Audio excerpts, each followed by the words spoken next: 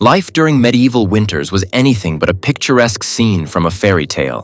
While stories often depict warm hearths and cozy castles, the reality for most peasants was far bleaker.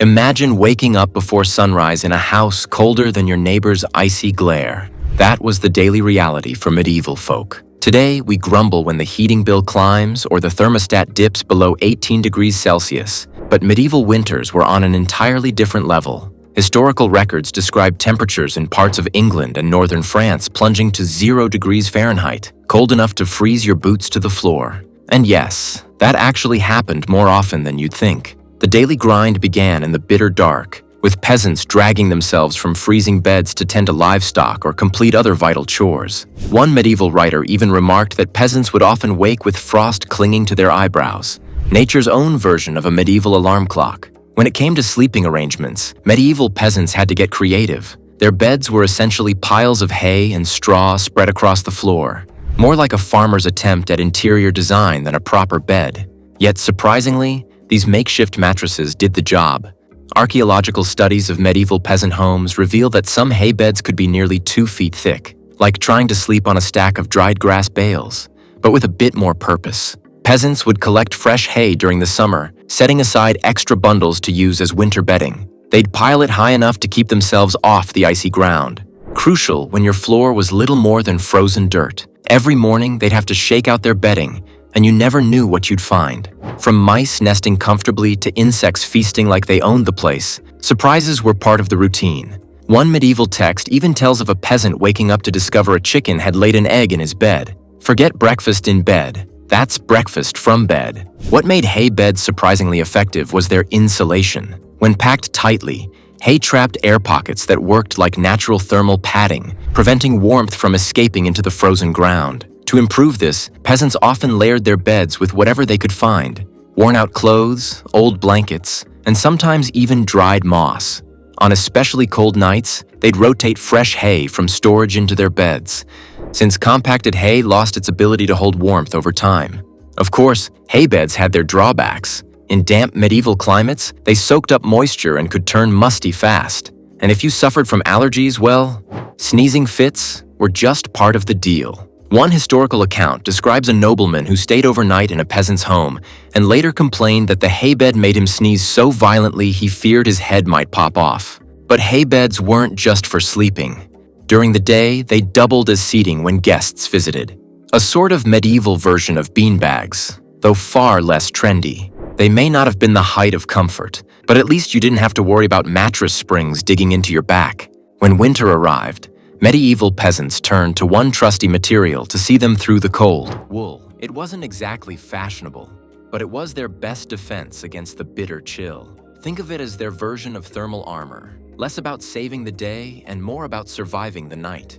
Wool was so vital that historians estimate a typical family might have owned up to 20 pounds of wool clothing, roughly the size of a small child. Only this one didn't scream or demand bedtime stories. Instead, it just kept you warm, and occasionally made you itch like you'd rolled in nettles. Getting wool wasn't as simple as buying a jumper off the shelf. Each spring, local shepherds would shear their sheep, and peasants would trade for or buy the raw wool.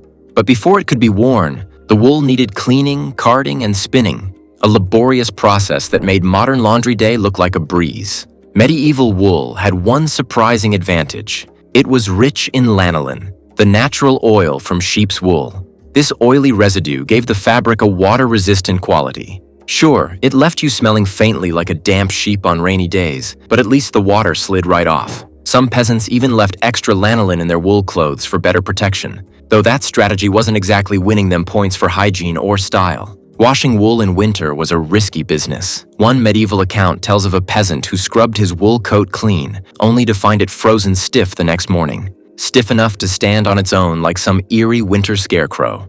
After that, locals joked his clothes were as rigid as John's frozen coat. Wool had another downside. It was a flea magnet. To combat this, peasants often hung their wool clothes near the smoke from their fires, hoping the fumes would drive out unwanted guests. The result? They walked around smelling like a mix of sheep and bonfire, a signature scent that surely didn't land them invitations to noble banquets. But when the worst winter storms arrived, Wool proved its worth. Modern tests show that wool retains up to 80% of its insulating power even when wet. But medieval peasants didn't need a science lesson to know that. They piled on layer after layer, resembling walking haystacks swaddled in wool. And when it came to medieval fashion rules, the motto was clear: if you could still bend your elbows, you weren't wearing enough. Medieval peasants didn't just wear layers. They wrapped themselves in everything they owned, turning into walking piles of fabric. Archaeological evidence shows that during the coldest winter months, the average peasant wore between 4 to 7 layers of clothing. Picture someone who's just grabbed half the laundry line and called it an outfit. That's roughly what they looked like. Let's break down this medieval winter wardrobe. The base layer was a long linen shirt, stretching down to the knees. Over that came a wool tunic, then another tunic, because apparently medieval logic was more is more. Next came a jerkin, basically a sleeveless jacket for extra warmth. If they were fortunate enough to own one, they'd add a fur-lined cloak as the finishing touch. To keep this mountain of clothing from toppling off, they'd cinch everything together with a rope belt. Less about fashion, more about structural integrity. Getting dressed was practically an athletic event. One medieval tale tells of a peasant who got so tangled in his layers that his wife had to roll him around like a runaway wheel of cheese just to get him free. And you thought wrestling with a tight jumper was bad? Oddly enough, all those layers were actually quite effective. Modern science has proven that multiple thin layers trap heat better than one thick garment, creating warm air pockets between each piece of clothing. Of course, peasants figured this out the hard way, likely after enduring plenty of frozen fingers and toes before they nailed the method. But all that insulation came at a cost. Answering nature's call became a trial in itself. Some records even mention people cutting back on how much they drank during winter just to avoid the ordeal of stripping down every time they needed the outhouse. Now that's dedication to staying warm. Children didn't get off easy either. Parents bundled them up in so many layers they could barely walk. One medieval writer joked that you could always spot the village kids in winter. They were the ones rolling down hills like oversized cabbages because they couldn't bend their knees properly. Even with all these layers, peasants still had to rely on a few extra tricks to keep the winter chill at bay. That's where the medieval home's most important feature came in: the fire pit. It was a lifesaver, or a smoke hazard depending on the day. Forget fireplaces as we know them. These were just open fire pits in the middle of the room, with smoke drifting wherever it pleased. Chimneys weren't standard yet, so most homes had a constant haze of smoke hanging in the air. A sort of medieval fog machine that made every room smell like smoked meat, including the people inside. Archaeological digs reveal that the average medieval fire pit was about 3 feet wide, circled by stones. But only about 15% of the heat actually stayed in the room. The rest vanished through gaps in the roof, which were supposed to let the smoke out but mostly just let snow in. Finding fuel was another challenge. Dry firewood was a luxury for the wealthy. Peasants burned whatever they could scavenge: splintered furniture, broken tools, and sometimes even bits of their neighbor's fence when no one was looking. In one English village, records tell of peasants dismantling an abandoned barn piece by piece just to survive a brutal winter. The local lord was less than impressed. Keeping the fire going was yet another ordeal. Each night, they'd bury a single coal in ashes to keep it smoldering until morning. Losing that ember meant braving the cold to beg a coal from a neighbor. One medieval story tells of a man who carried a glowing coal home inside a hollowed-out turnip, sprinting so fast to keep it alive that onlookers thought he was fleeing demons. The smoke itself was both a curse and a blessing. Sure, it made your eyes water and probably shortened your lifespan, but it also drove away insects and preserved the roof beams. Modern analysis of surviving medieval timbers shows they were protected by years of soot buildup. Not exactly a tip you'd find in a home improvement guide. Every family had their own tricks for managing the fire. Some slept in shifts to keep it burning, while others mastered the art of banking the coals just right. Some even believed whispering to the fire made it burn better, though that may have just been the smoke making them delirious. After a long day of fighting the cold and trying not to suffocate, medieval peasants knew one thing for sure: winter was no joke. Surviving winter in medieval times wasn't just about piling on layers. Peasants needed something warm in their stomachs too. Their winter diet wasn't exactly a feast. It was more like a desperate game of what's still edible.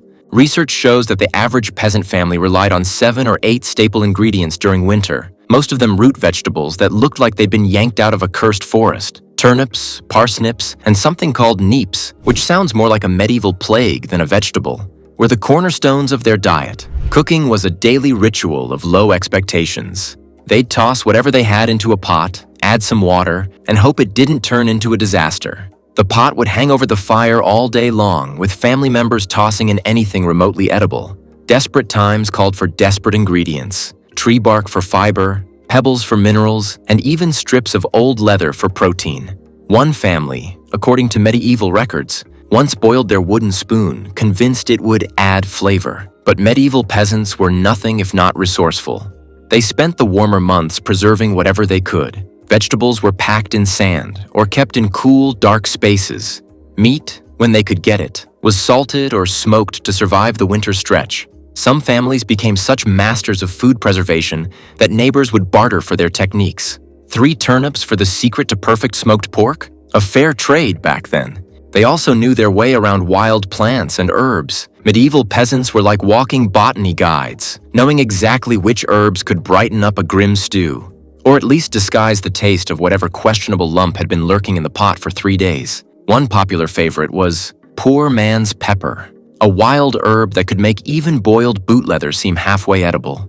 But the real magic came from their dried herbs, stored during the summer months and hung from rafters like medieval air fresheners. These bundles added flavor to their food and often doubled as medicine. Given how much smoke peasants inhaled from their constantly smoldering fires, those herbal remedies were probably a much-needed boost to their battered lungs. In the evenings, families would huddle around their endless stew pot, swapping gossip and trying to avoid eye contact with whatever mysterious lump was bobbing around in their dinner. But they weren't entirely alone in those smoky homes. They had a few unexpected roommates helping to keep them warm. When winter came knocking, medieval peasants didn't just huddle up with their families, they opened the door for their livestock too. Archaeological evidence reveals that up to 30% of their living space was often dedicated to animals during the colder months. That's right, cows, pigs, sheep, and chickens all got cozy indoors. But this wasn't just chaotic barnyard bedlam. These animals earned their keep. Each one brought its own unique warmth. Cows, for example, pumped out heat like a living radiator. Roughly 5,000 BTUs an hour, about the same as a small fireplace.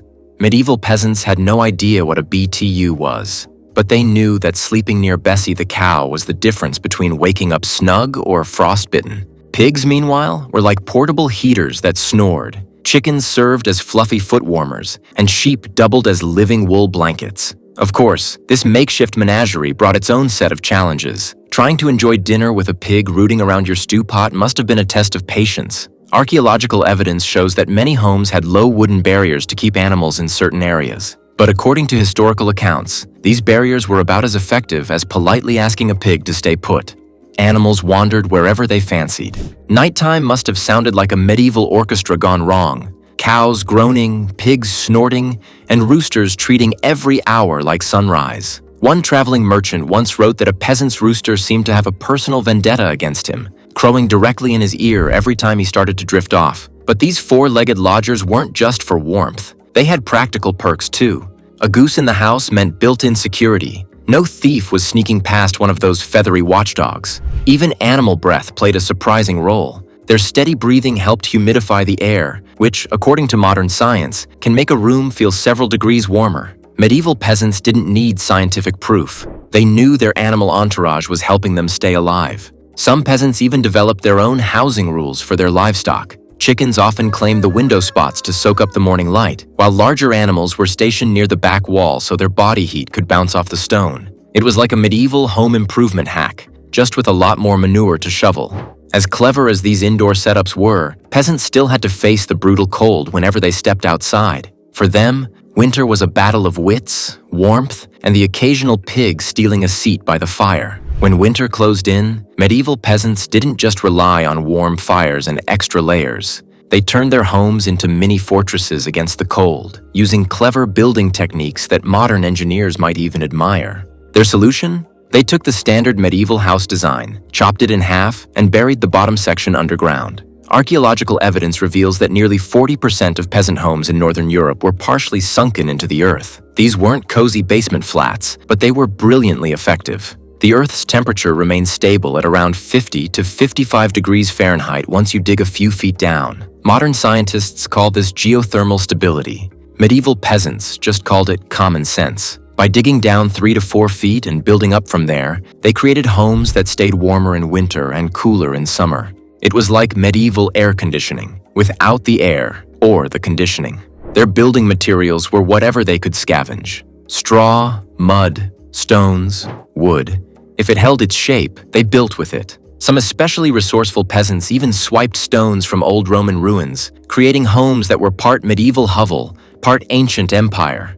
Local lords weren't exactly thrilled about this recycling program, but when your toes are about to freeze off, a stone is a stone. Peasants were also crafty when it came to draft proofing. Every gap and crack was stuffed with a mixture of mud, straw, and animal dung, a pungent but effective form of medieval caulking. Tests on reconstructed medieval homes show this method could reduce heat loss by up to 60%. Plus, it added a whole new meaning to the phrase, "This place is a dump." Even ductor placement was part of their winter strategy. Most peasant homes had just one door, carefully positioned away from the prevailing wind. Some even added a small entrance tunnel, much like an igloo's design, to block icy gusts.